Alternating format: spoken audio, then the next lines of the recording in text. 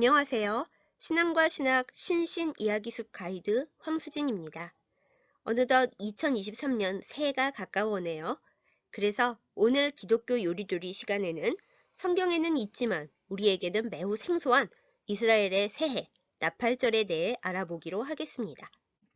기독교 절기도 아닌데 굳이 알아야 하냐고 물으신다면 성경에는 있는데 기독교인들이 잘 모르기 때문에 이단과 사이비 세력이 이 부분을 교묘하게 이용하므로 제대로 알고서 의미를 새겨야 할 필요가 있다고 말씀드리겠습니다. 사실 정확히 나팔절이라고 하는 단어나 절기는 성경에 따로 없어요. 구약 성경 레위기 23장 23절에서 25절을 먼저 보겠습니다. 여호와께서 모세에게 말씀하여 이르시되 이스라엘 자손에게 말하여 이르라. 일곱째 달 곧 그 달 첫날은 너희에게 쉬는 날이 될지니 이는 나팔을 불어 기념할 날이요 성회라. 어떤 노동도 하지 말고 여호와께 화제를 드릴지니라. 하나님께서는 구약 이스라엘 백성에게 그들이 하나님 앞에서 지켜야 할 절기들을 말씀하시면서 일곱째 달 곧 그 달 첫날에 나팔을 불어 기념하라고 하셨습니다. 하지만 정확히 나팔절이라고 하는 절기를 지키라고 하시지는 않았어요. 그런데 여기서 구약 성경 읽을 때 우리를 골치 아프게 하는 달력 문제가 나옵니다. 일곱째 달이 대체 언제인가요? 무슨 달력으로 어떻게 따져서 일곱째 달인 거죠? 이스라엘 사람들은 유대 종교력과 유대 민간력을 같이 사용했습니다. 유대 종교력은 하나님께서 주신 절기에 초점을 맞춘 달력으로 6월절 때가 첫 번째 달입니다.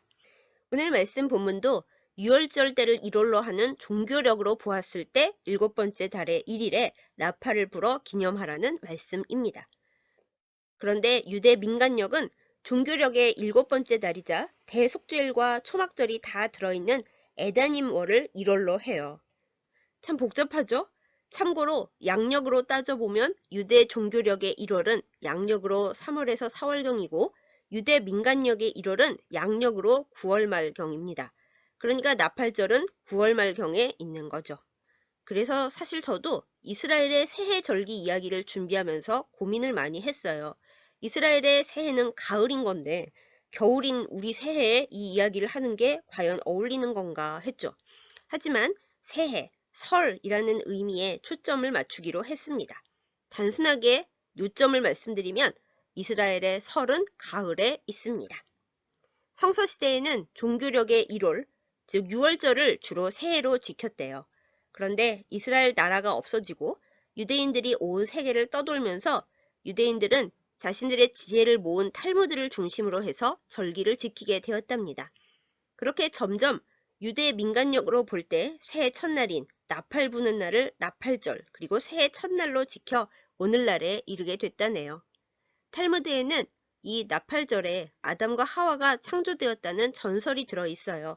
그러니 나팔절이 모든 인류와 역사의 시작점이라고 보고 새해로 지키는 거죠. 그럼 이제 구약 성경에 나오고 현재 이스라엘의 새해 첫날인 나팔절에 대해 본격적으로 알아보도록 하겠습니다. 나팔절은 히브리어로 로쉬 하샤나입니다. 로쉬는 머리이고 하샤나는 한 해라는 뜻이에요. 즉, 한 해의 머리, 즉 1년의 첫 번째 날이라는 의미입니다.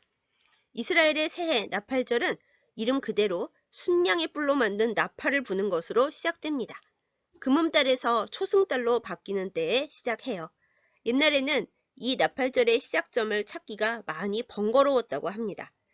우리나라의 음력처럼 달을 기준으로 날짜를 계산하던 이스라엘에서는 나팔절이 새로운 해가 아니라 새로운 달이 떠오르는 날이라는 의미가 더 강했어요. 6월절 절기가 시작되는 첫날로부터 계산해서 163일째 되는 날과 그 다음 날이 나팔절 후보가 되는 날짜들인데 이때가 바로 금음달에서 초승달로 바뀌는 시점이래요. 그런데 이때쯤에 금음달이 초승달로 바뀐다는 것은 알지만 정확한 날짜와 시간을 파악하기가 쉽지 않았습니다. 그래서 성서시대에는 나팔절 즈음이 되면 절기를 주관하는 대제사장이 2명의 증인들을 세워서 달을 관측하게 하고 두 사람 모두 금음달에서 초승달로 바뀌었다고 보고하면 바로 그 순간 나팔을 불어 로시 하샤나, 새로운 해가 시작되었음을 알렸대요. 물론 요즘은 과학과 기술이 발달했으니 초승달 뜨는 시간 찾기가 이렇게 어렵지는 않겠죠?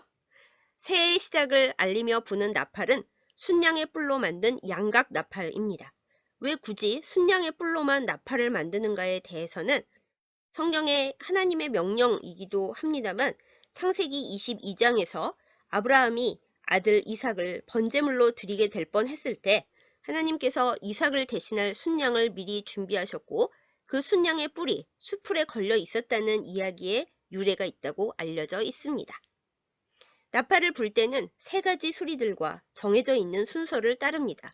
첫 번째, 테키아라는 한번 길게 뽑아서 부는 소리가 있는데요. 테키아는 시대의 위험에 주의를 기울일 것을 경고하는 의미를 갖고 있습니다. 두 번째, 쉐바림은 고통에 울부짖는 듯한 구슬픈 나팔 소리로 짧게 3번 부는 소리인데요. 예배자들을 둘러싸고 있는 어려움과 고통을 알리고 떠올린다는 의미를 갖고 있습니다.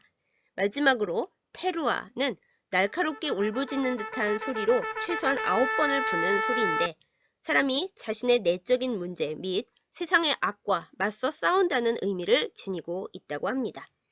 나팔절에 나팔을 불 때 처음에는 테키아, 쇠바림, 테루아를 함께 불고 다음에는 테키아로 3번 붑니다. 이어서 테키아, 쇠바림, 테루아 3번을 연속해서 번갈아가며 붑니다. 맨 마지막에 부는 테키아는 특별히 길게 부는데요. 새해에 최선을 다해 하나님께 헌신하겠다는 의미를 담고 있습니다. 이 양각 나팔은 각각 기도에 따라 불게 되는데 하루에 100번이나 반복된다고 하네요. 물론 나팔절에만요. 매일 한다면 큰일이 나겠죠? 나팔 소리와 함께 낭송되는 나팔절 기도문의 내용은 잠자는 자여 일어나라. 너의 행위를 생각해보라. 창조주를 기억하고 용서를 구하라. 악한 길에서 벗어나 주님께 돌아가라. 그가 자비를 베푸시리라 라고 합니다. 신년 나팔 의식은 유대인들이 여호와 하나님이 우리의 왕이시라고 다시금 선언하는 고백입니다. 그리고 우리가 설에 설빔을 입었듯이 유대인들은 나팔절에 가장 좋은 옷을 입는데 대개 순결을 상징하는 흰 옷을 입는다고 하네요. 한편 유대인들의 탈무드에 의하면 나팔절 로시 하샤나는 여호와께서 심판하시는 날입니다. 새해부터 심판이라니 복을 강조하는 우리와는 문화 자체가 다르죠. 탈무드에 따르면 새해 첫날에 하나님 앞에는 3개의 책이 펼쳐집니다. 의인들의 이름을 기록한 생명책, 죄인들의 이름을 기록한 죽음의 책, 그리고 어중간한 상태로 사는 대부분의 사람들의 이름들이 들어있는 중간책인데요. 하나님은 어중간한 상태에 있는 사람들에게 나팔절 10일 후에 있는 대속죄일까지 열흘간의 유예기간을 주신대요. 열흘 후에 중간책에서 생명책으로 옮겨갈 수 있는지 아닌지 결정된다는 거죠. 그래서 유대인들은 새해 첫날인 로시 하샤나와 대속죄일인 욤키푸르 사이의 열흘을 참회의 10일이라고 부릅니다. 이 기간에 생명책에 기록되기 위해 본격적으로 참회하며 하나님과 이웃에게 용서를 구한대요. 나팔절에 유대인들은 강가에 모여 조그만 빵 조각이나 조약돌을 강물에 던지는 타실리크 의식을 하면서 기도문을 읽습니다. 타실리크는 던진다라는 뜻인데요. 죄를 상징하는 누룩으로 만든 빵을 강물에 던져버리듯이 하나님께서 자신들의 죄를 던져버려 없애달라는 기도래요. 그리고 나팔절 전날에는 몸을 깨끗이 씻습니다. 정결하게 몸단장하고 새해를 시작하면서 자신들의 삶도 깨끗하고 새로워지길 소망하는 거죠. 우리가 설에 명절 음식을 먹듯이 이스라엘에도 새해 첫날에 음식 풍습이 있습니다. 가장 대표적인 것은 사과를 꿀에다 찍어 먹으면서 샤나 토바, 좋은 새해 되세요 라고 서로 인사를 나누는 거예요. 사과를 꿀에 찍어서 서로 먹여주기도 하는데 꿀에 찍은 달콤한 사과처럼 달콤하고 아름다운 날들을 맞이하십시오 라는 의미라고 합니다. 사과 대신 석류를 먹기도 하는데 석류 알맹이 수만큼 좋은 일이 많이 일어나기를 바라는 의미이자 석류 알맹이 수와 비슷한 율법 613가지를 잘 지키겠다는 뜻이기도 합니다. 또 생선 머리를 먹으면서 꼬리가 되지 말고 머리가 되게 해달라고 기도하기도 한다네요. 빵은 둥근 할라를 먹는데 이 빵은 한 해가 주기적으로 돌아오는 것을 상징하는 이스라엘의 명절 음식입니다. 자, 여기까지 나팔절에 대해 알아보았습니다. 구약 성경에 있는 날이지만 철저히 유대인의 절기죠. 하나님과 맺은 언약을 기억하고 하나님께서 주시는 승리를 믿으며 깨어있어 약속을 기억한다는 나팔절의 의미는 참 좋습니다. 그러니 기억하고 이어받는 것이 맞습니다. 새해에 복만 바라는 것이 아니라 하나님 앞에 깨끗하게 되기를 기도하고 회개하는 것도요. 하지만 성경에 있다고 그리스도인들과 교회가 이 절기를 지켜야 한다는 주장에는 동의할 수 없습니다. 유대인들은 생명책에 기록되기 위해 나팔절에 선행을 하고 회개의식을 치릅니다. 매해 반복해야 하고 율법적이며 나의 행동이 중요하죠. 하지만 그리스도인은 예수 그리스도께서 단번에 영원히 우리의 구원을 이루셨고 그래서 우리가 믿기만 하면 생명책에 내 이름이 기록된다는 것을 알고 믿고 있는 사람들입니다. 그래서 나팔절을 지키는 유대인들의 관습과 함께 갈 수가 없고요. 그래서도 안 되고요. 그래도 성경에 나오는 내용에 대해 정확하게 알고 정확하게 새기고 또 궁금해하는 사람들에게는 제대로 전할 수 있어야겠죠.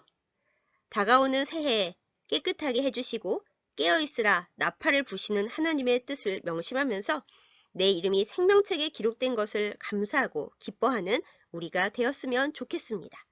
그럼 기독교 요리조리 오늘 이야기는 여기까지 할게요. 새해에 하나님께서 주시는 행복한 은혜를 듬뿍 누리시기를 기도합니다. 샤나토바, 새해 복 많이 받으세요.